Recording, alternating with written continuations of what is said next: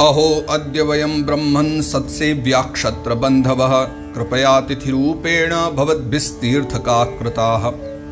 महाराज परीक्षित कह रहे हैं कि भगवान आज मैं धन्य हो गया। अहो अद्य वयं ब्रह्मन्, और वो स्वयं की नहीं कह रहे कि अहम ब्रह्मन्, वो कह रहे वयं ब्रह्मन्। वयं का मतलब हम सब आज बहुत जो है सौभाग्यशाली हो गए। सत्सेव्या क्षत्र बंधवा, मेरे जैसा एक व्यक्ति जिसने इतने पाप किए हों, ऐसा एक क्षत्रिय, एक अपराधी क्षत्रिय होने पर भी आपने मुझ पर कृपा करी।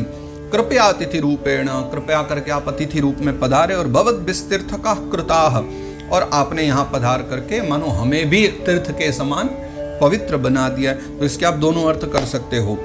एक तो आपने यहाँ पहुंचकर इस स्थान को तीर्थ बना दिया, या आपने यहाँ आकर के हमें तीर्थ के समान पवित्र बना दिया है। ये शाम संस्मरणात् पुंसां सद्यः शुद्ध्यन्ति वैग्रहा किम पुनर्दर्शन स्पर्श पाद शौचासनाधिभिः।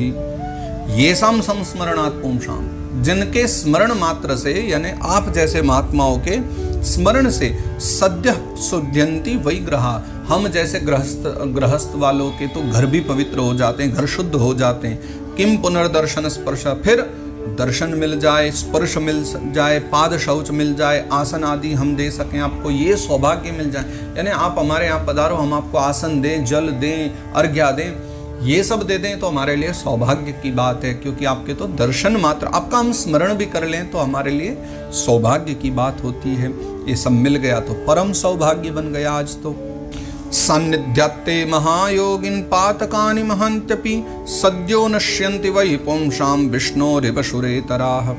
अगर आपके सान्निध्य में रहे, आप जैसे महायोगियों के सान्निध्य में रहे, तो पातकानि महान्त्यपि, जो बड़े बड़े महापाप भी हैं, सद्यो नश्यन्ति वै पुंसां, मानव के मनुष्य के वो सारे पाप नष्ट हो जाते हैं आपकी शरण में रहने से। कैसे? विष्णोरिव सुरेतराः, जैसे भगवान विष्णु के सामने जो दैत्य लोग हैं, राक्षस हैं, वो नहीं ठहर पाते। आपके आ जाने से जो महापातक भी हैं, बड़े बड़े पाप भी हैं, वो भी नहीं ठहर पाते। अपि मे भगवान प्रीतः कृष्णः पाण्डुसुत प्रियः पैतृष्वसेय प्रत्यर्थम तद्गोत्रस्यात् बान्धवः।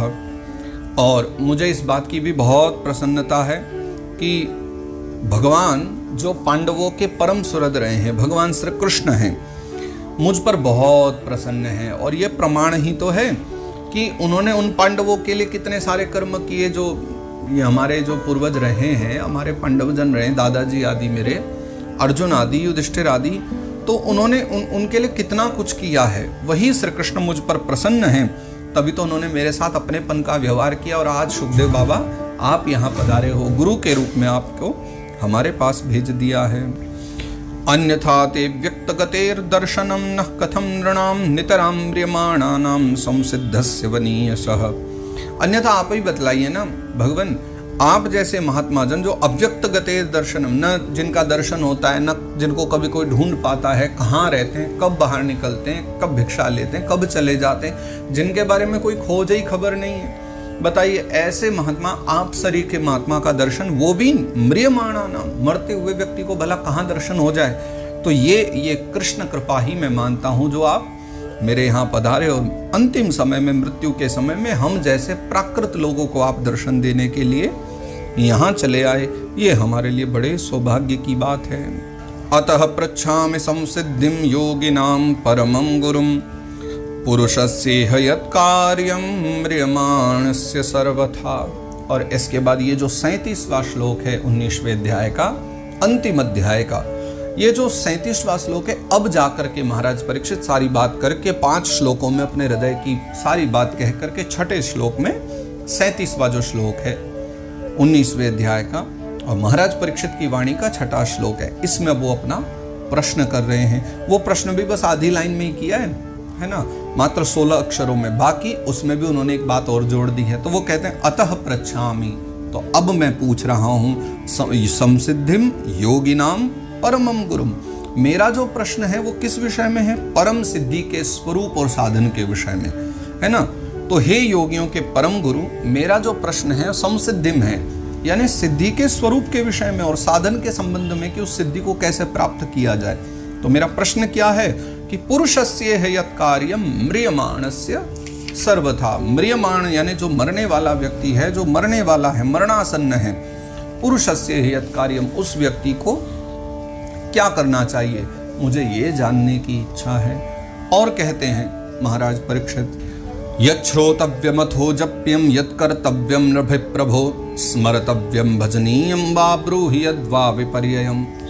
और उसके साथ ही वो कहते हैं, प्रभु एक बात और भी बतला दीजिए, मुझे ये भी बतला दीजिए कि मनुष्य मात्र को क्या करना चाहिए। यत् कर्तव्यम नृभिप्रभो, मानव मात्र को करना क्या चाहिए, करने योग्य कर्म क्या है। यत् श्रोतव्यम, सुने क्या, अथो जप्यम, जप किसका करें, है ना, स्मरतव्यम भजनीयम वा, स्मरण किसका करें और भजन किसका करें, ये भी बता दीजिए। और यद्वा विपर्ययम्, कि और किस चीज का त्याग करें, यानी इसका विपरीत क्या नहीं करने योग्य क्या है, कि त्याग किस चीज का कर देना चाहिए, वो भी हमको बतला दीजिए। नूनम भगवतो ब्रह्मन् गृहेषु गृहमेधिनां न लक्ष्यते ह्यवस्थानमपि गोदोहनं क्वचित्। नूनम भगवतो ब्रह्मन्, तो हे भगवान शुकदेव, हे गुरुदेव, हे भगवत स्वरूप मुनिवर, मेरी अब एक प्रार्थना है कि न लक्ष्यते ह्यवस्थान, आपके तो कभी दर्शन होते नहीं, आपका दर्शन तो दुर्लभ है।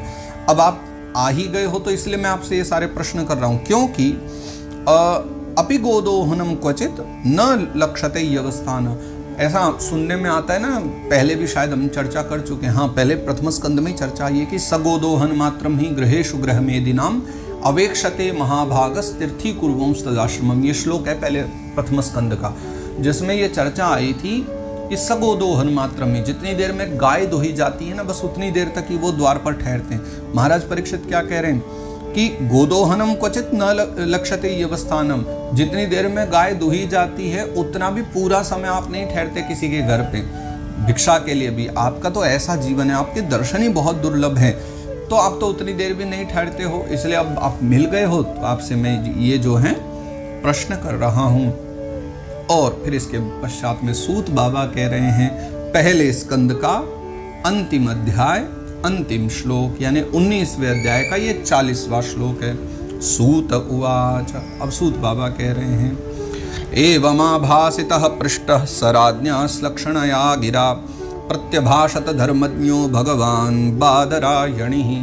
तो एवमाभासिता, इस प्रकार से फिर जो है बोले और पृष्टः यानी पूछा, किन्होंने, महाराज परीक्षित ने बहुत मधुर वाणी में जब इस प्रकार से उनसे संभाषण किए, प्रश्न किए, शुकदेव बाबा से मन की बातें करी, तो प्रत्यभाषत धर्मज्ञों, फिर समस्त धर्मों के जानने वाले धर्मज्ञ भगवान बादरायणी, यानी बादरायणी यानी कि भगवान वेद व्यास के जो पुत्र हैं भगवान शुकदेव हैं, प्रत्यभाषत, अब प्रतिभाषण करने लगे। प्रत्यभाषत यानी प्रतिभाषण मतलब उत्तर देना, जो पूछा गया था उसके बारे में वो उत्तर देने के लिए तत्पर हो गए हैं। और इसी के साथ ये 40वें श्लोक के साथ 19वां अध्याय यहाँ विश्राम लेता है, और 19वें अध्याय के साथ प्रथम स्कंद भी आज विश्राम लेता है।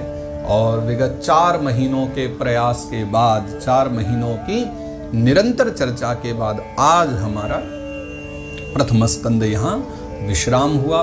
बहुत मेरे हृदय में प्रसन्नता है और बहुत भाव भी हैं इन चीज़ों को लेकर के। ठाकुर जी को बस धन्यवाद करूँगा, मुझ पर इतनी कृपा करी है कि हम गा रहे हैं, मेरे श्रोता जो नित्य श्रवण कर पा रहे हैं उनके ऊपर भगवत कृपा है। और आज इसी के साथ अब मैं इसको यहाँ विश्राम देता हूँ। कल के भाग से आप चर्चा करोगे द्वितीय स्कंद की, और आज ये जो अभी हम चर्चा कर रहे हैं बैठ करके, ये गोवर्धन में चर्चा हो रही है। और अब अगले 1 महीने के लिए अब पानीपत प्रवास रहेगा। 1 महीने हम पानीपत हरियाणा में ही रहेंगे। और आप लोग न जानते हो तो उनके लिए बताऊं, पानीपत मेरी जन्मभूमि भी है, और अब ग्रह के कुछ मांगलिक कार्य हैं जिनके कारण हमें 1 मास वहीं व्यतीत करना होगा। तो कल से कल का भाग जो हम चर्चा करेंगे, क्योंकि आपके पास तो शायद आज ये 9वां जो प्रथम स्कंद की अंतिम भाग रहेंगे, ये अभी लगभग 2-3-4 दिन अभी और आपको पहुंचेंगे। लेकिन आज अगर आप श्रवण कर पा रहे हो तो इससे अगला जो भाग है यानी द्वितीय स्कंद का जो आरंभ है, वो जब आप दर्शन करोगे तो वो पानीपत में ही होगी। द्वितीय स्कंद की चर्चा हमारी पानीपत में बैठकर हम करेंगे। तो बड़े भाव प्रेम से आप यूं ही सब जुड़ते रहिए। भागवत प्रेमी हो तो भागवत सुनते रहिए, और जो आप जानते हो कि जो भागवत प्रेमी हैं, भागवत को श्रवण के इच्छुक रहते हैं, उन तक आप ये भागवत सत्र जरूर पहुंचाइए। शेयर करके सब तक पहुंचा दिया करिए, ताकि वो लोग भी श्रवण करें और इस भागवत का आनंद लें। तो आज के सत्र को हम यहाँ विश्राम देते हैं। आज एक प्रथम स्कंद विश्राम भी हो रहा है, उसी के साथ मेरे मन में कुछ अच्छे संकल्प भी आ रहे हैं। सोच तो रहा था मैं आज यहीं दे दूं, पर मेरी इच्छा है कि उसको थोड़ा विशेष रूप से अलग बैठ करके और पानीपत पहुंच करके मैं आप सबको बताता हूं। इसके साथ साथ अब भागवत सत्र तो चलेंगे, भागवत यात्रा चलेगी। कुछ और भी मैंने विचार किया है जो आने वाली हमारी नई पीढ़ी के लिए, बाल बच्चों के लिए होगा, क्योंकि ये तो मेरे विचार से बच्चे ज़्यादा नहीं समझ पाते उतना, इसको थोड़ा थोड़ा सुन पाते हैं, लेकिन उनके लिए उतना आनंददायक होगा लेकिन थोड़े दिनों के बाद।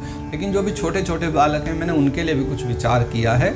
तो ये मैं पानीपत पहुंच करके किसी दिन जैसा समय रहेगा मैं आपको बताता भी हूँ, और उसके बाद जल्दी फिर उसको भी हम शुभारंभ करेंगे।